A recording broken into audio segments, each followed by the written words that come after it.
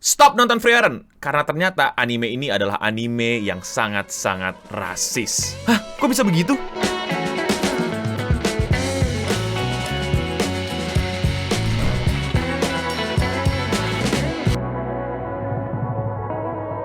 Akhirnya anime Frieren sampai di babak di mana ia akan melawan salah satu bos besar dari para demon. Tapi setelah episode itu tayang, ternyata di Twitter banyak banget yang bilang kalau anime ini ternyata adalah anime yang rasis. Jadi ini bukan gue yang bilang ya, tapi mereka. I'm now finally caught up to the episode 10 of Frieren. 10 out of 10 racist anime. Jadi akhirnya tuh dia nonton episode 10 Frieren, terus dia memberikan penilaian 10/10 anime ini adalah anime yang rasis. Sebenarnya ini bernada agak bercanda, tapi lama-lama bercandaannya ini luntur dan semakin terlihat kayak orang protes. Frieren take 1,000 years to be racist toward demons. Frieren berlatih 1000 tahun cuman buat jadi seseorang yang rasis terhadap demon. Ya, terus top 4 fastest races of the fall anime season.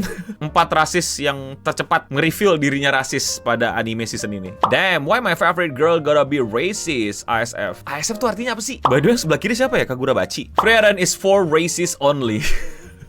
Jadi ya kalau lu nonton Frieren, lu rasis. Frieren is a sociopath and racist. Ya ini gue bisa bacain semua yang gue temuin di Twitter dan internet, tapi ini waktu pembahasan hanya akan habis dengan gue membacakan tweet dan menerjemahkannya dengan kasar. Tapi kalau kalian penasaran kenapa sih kok orang-orang ini bisa bilang bahwa Frieren ini adalah anime yang rasis dan hanya untuk orang rasis dan pembuatnya ini tuh terkesan rasis. Sebelum gue ke situ, gue nggak bilang semua yang di internet ngomongin Frieren rasis itu bener-bener marah, bener-bener kecewa. Gue juga sadar kok beberapa ada yang nge-meme, beberapa ada yang cuma buat bercanda. Tapi yang bercanda ini makin dikit dan yang serius menanggapi hal ini tuh makin banyak. So, kenapa Frieren dianggap sebagai anime yang rasis? Kenapa karakter ini dibilang sosiopat dan rasis? Ini semua terjadi setelah episode 9 dan 10. Jadi ingat gak kalian ketika Frieren itu masuk kota, dia tuh kayak mendeteksi ada demon di sekitarnya. Dan tanpa ragu, dia langsung membidikkan tongkat sihirnya untuk menembak para demon tersebut. Tanpa dia pikir panjang, tanpa dia curiga, tanpa dia bertanya dulu, tanpa dia melakukan dialog dulu dan lain-lainnya. Untungnya hal tersebut langsung digagalkan sama para penjaga di kota. Nah, jadi menurut mereka, Frieren yang ngangkat tongkat dan langsung pengen nembak itu ya kayak polisi di Amerika sana sama orang-orang yang kulit hitam. Karena polisi-polisi di sana banyak banget yang rasis, yang menilai orang itu dari warna kulitnya, bukan dari orang itu bagaimana. Karena ya dengan akal sehat kita juga tahu bahwa kita tidak bisa menilai orang dari keturunannya. Kita nilai orang ya dari orangnya. Jadi apa yang dilakukan sama beberapa atau oknum di polisi di Amerika itu ketika nge-profiling orang kulit hitam dan langsung menodongkan senjata, ya tindakan yang rasis dan keliru. Tapi ini kan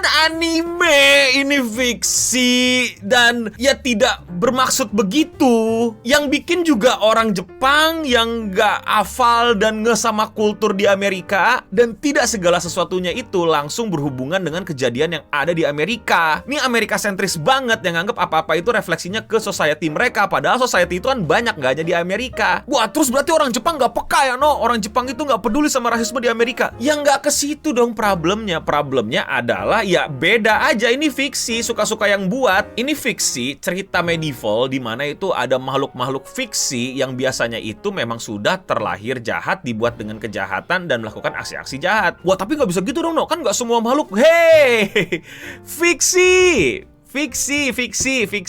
Dan lagian, demon itu tuh bukan ras gitu loh. Itu kayak spesies gitu. Nah, di dunia Frieren ini, demon-demon itu tuh ya spesimen hewan, makhluk buas yang bisa mempelajari bahasa manusia. Jadi dia bisa menirukan manusia dan menggunakan bahasa manusia untuk mengelabui manusia. Makanya ditambah lagi nih, kan ada adegan juga yang Frieren itu langsung pengen ngebantai para demon gitu di masa lalunya. Tapi sama FWB-annya, siapa sih gue lupa namanya, itu jangan dulu, kasih kesempatan gitu. Bahkan sampai kepala desa itu mau kasih kesempatan gitu, tapi malah karena memberikan kesempatan itu, malah dia jadi korban. Dari kisah itu kita tahu bahwa demon itu hanya menggunakan bahasa manusia untuk mengelabui manusia, bukan untuk memahami manusia dan akhirnya berdamai dengan manusia. Makanya si Frieren ini nggak ambil pusing dan langsung mengangkat senjatanya dan pengen menembak itu demon. Dan di jalan cerita pun demikian gitu, dikiranya demonnya bakal beneran jadi baik, beneran pengen ada perdamaian, ternyata enggak, emang juga pengen ngelabuin gitu, emang pengen melemahkan sistem pertahanan kota dan abis itu menyerang. dibilang. Nah, di sini pun jadi masalah lagi. Katanya ini berarti yang buat itu ya rasis gitu, menganggap kalau